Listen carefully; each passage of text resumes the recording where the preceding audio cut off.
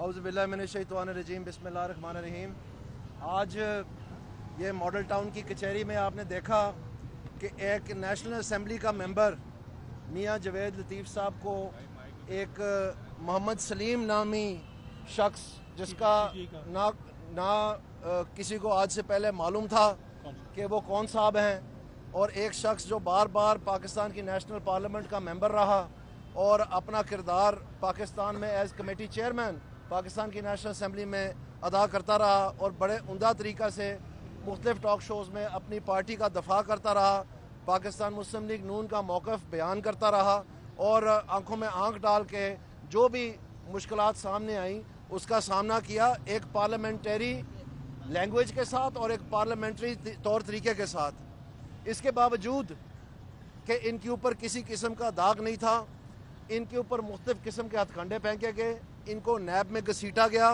इनकी फैक्ट्री की दीवारें गिराई गई, इनकी जो जगह है उसके ऊपर हमले और धाबे बोले गए स्टेट की तरफ से, उनके ऊपर करप्शन और एंटी करप्शन के मुकदमे बनाए गए। जब उनमें से कुछ सैर हासिल ना हुआ, जब वो अदारे भाग भाग के थक गए और अपने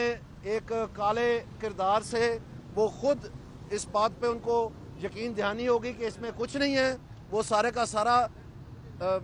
मौका जो था, वो सारे का सारा जो इन्होंने कोशिश की वो पसपा हो गई। तो फिर आज आके गिर के एक मोहम्मद सलीम नामी दरख्वास्त पे उन्होंने इस किस्म की कार्रवाई जो है की है। और आप देख सकते हैं कि यहाँ पर नाके लगे हुए हैं जगह जगह। इस माशाल्लाह रियासत जो मदीना के साथ तस्बीह की जाती है पाकिस्तान की, तौबा नऊज़ बिल्लाह, तौबा नऊज़ बिल्लाह। और किस तरह से ये बख्तरबंद गाड़ियों का पार्लियामेंटेरियंस के लिए इस्तेमाल की जा रहे हैं। और ये अकेले नहीं हैं, मियां जवेद लतीफ़ साहब अकेले नहीं हैं। आप तमाम नून लीग के ख़िलाफ़ जो मुकदमात जमा हुए हैं उसमें आप देख लें कि बार बार इसके बावजूद कि सुप्रीम कोर्ट का ऑर्डर था कि सिर्फ हेल्थ ग्राउंड पे या किसी इमरजेंसी के तहत बेल होगी, इसके बावजूद शाहिद खाकान अब्बासी साहब की भी बेल हुई, एहसन इकबाल साहब की भी बेल हुई, मिफ्ता इस्माइल की भी बेल हुई, ख्वाजा साद रफ़ीक की भी बेल हुई, हमजा शबाज की भी बेल हुई, शबाज शरीफ की भी बेल हुई, मरियम नवाज की भी बेल हुई, कैप्टन सत्तर की भी बेल हुई। तमाम तर जो भी इनके हथकंडे थे वो सारे के सारे पसपा हो गए। एक धेले की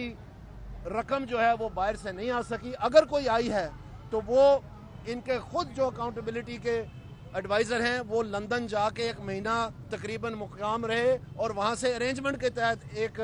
बहुत बड़ी रकम जो है वो वापस भिजवाई, जिसका नून लीग के साथ किसी किस्म का कोई ताल्लुक नहीं था। और इसी तरह से जो इमरान खान साहब के घर के फर्द हैं उनकी जो है रकम पाकिस्तान वापस आई और फिर उन्होंने एक एमनेस्टी का सहारा लेके उसको वाइट वॉश करने की कोशिश की। ये दो मिसालें हैं जो बाहर से पैसा आना था और पाकिस्तान की मईशत ठीक होनी थी। इसके अलावा कोई मिसाल है तो वो आप बता दें। और बार बार अदालतें ये बात कह रही हैं कि इसमें किसी किस्म की करप्शन जो है वो नज़र नहीं आ सकी, किसी किस्म की मनी लॉन्ड्रिंग नज़र नहीं आ सकी। अब जबकि वो तमाम हमले जो किए गए घरों के ऊपर, जो दफ्तरों के ऊपर, जो हमें बताया गया कि हमने हार्ड डिस्कें हासिल कर ली हैं और हमने मुख्तलिफ फाइलें हासिल कर ली हैं, और वो जो एक भरमार थी टेलीविज़न मीडिया ट्रायल की जिसमें बार बार मुख्तलिफ किस्म के हवाले दिए गए कि शाहिद खाकान साहब के बारे में, दूसरों के बारे में कि इन्होंने पता नहीं क्या कुछ किया है, वो सारे का सारा पसपा होता नजर आ रहा है। और अब इस किस्म के हथकंडे के जो तकरीबन नामालूम अफराद हैं, जो किसी सियासत में कभी तक उनका नामो निशान नहीं किसी ने पाकिस्तान के मंजर आम पे देखा, उनसे जो है इस तरह की दरख्वास्त दिलवा के जो एक जुमला या एक लफ्ज़ या एक बात जो है, असल में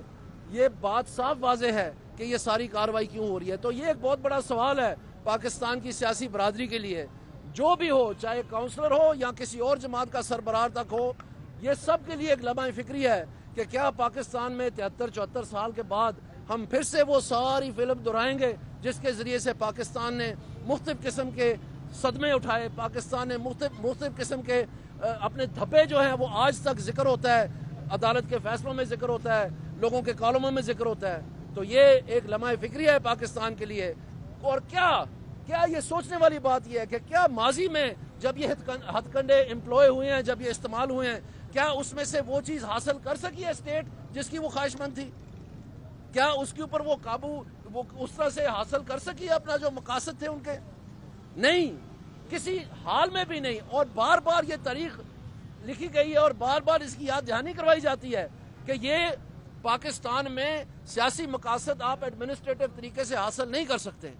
नतीजा क्या है कि दिन ब दिन आपकी जो पाकिस्तान मुस्लिम लीग नून है उसकी मकबूलियत बढ़ती चली जा रही है। तमाम बाई इलेक्शंस में पाकिस्तान मुस्लिम लीग नून जीत रही है और वो जमात जिसको हाथों की तलियों के ऊपर लाया गया और जिसको अभी भी ये अजीब व गरीब किस्म की हरकतों से जो है अपनी तरफ से अपनी सोच के मुताबिक एक सहारा दिया जा रहा है, वो 5वें 6ठे नंबर पे आ रही है जो जीते हुए हल्के थे। तो ये जो फूल आपको नजर आ रहे हैं सड़कों पे निशावर हुए, ये जो बख्तरबंद गाड़ी फूलों से लबरेज है, ये एक पैगाम आ रहा है पाकिस्तान की तरफ से, पाकिस्तान की गयूर अवाम की तरफ से कि जो महंगाई और बेरोजगारी का आपने तूफान बर्पा किया है, इसमें जीना मुहाल हो गया है। आप जितने मर्जी जवेद लतीफ पकड़ लें, आप जितने मर्जी मोहम्मद सलीम से दरख्वास्तें दे लें, जो असल कालक मली गई है इस हुकूमत के मुंह के ऊपर वो धुच नहीं सकती। आप जो मर्जी कर लें और वक्त आ रहा है, दूर नहीं है कि जिस जिस ओहदों पे आप बैठे हुए हैं, जहां जहां आप समझते हैं कि आप बड़ा फाल किरदार अदा कर रहे हैं, पाकिस्तान की तारीख आपके बारे में भी खामोश नहीं रहेगी और आपके किरदार के बारे में भी पूरी जांच पड़ताल के साथ ये बातें आपके बच्चे देखेंगे, आपका सारा पाकिस्तान देखेगा। तो मैं आपसे कहता हूँ खुदारा वक्त आता जा रहा है, जो भी थी सोच, जो भी थी कोशिश, वो वाजे हो गया कि ना उसमें दम था और आइंदा भी किसी किस्म की उम्मीद नहीं है। तो अब खुदा वास्ते आप शरीफ लोगों को, उनकी पगड़ियां उछाल के, मेहनती लोगों को जो अपनी हक हलाल की कमाई जो है खर्च करके पाकिस्तान की खिदमत के लिए आगे बढ़ना चाहते हैं,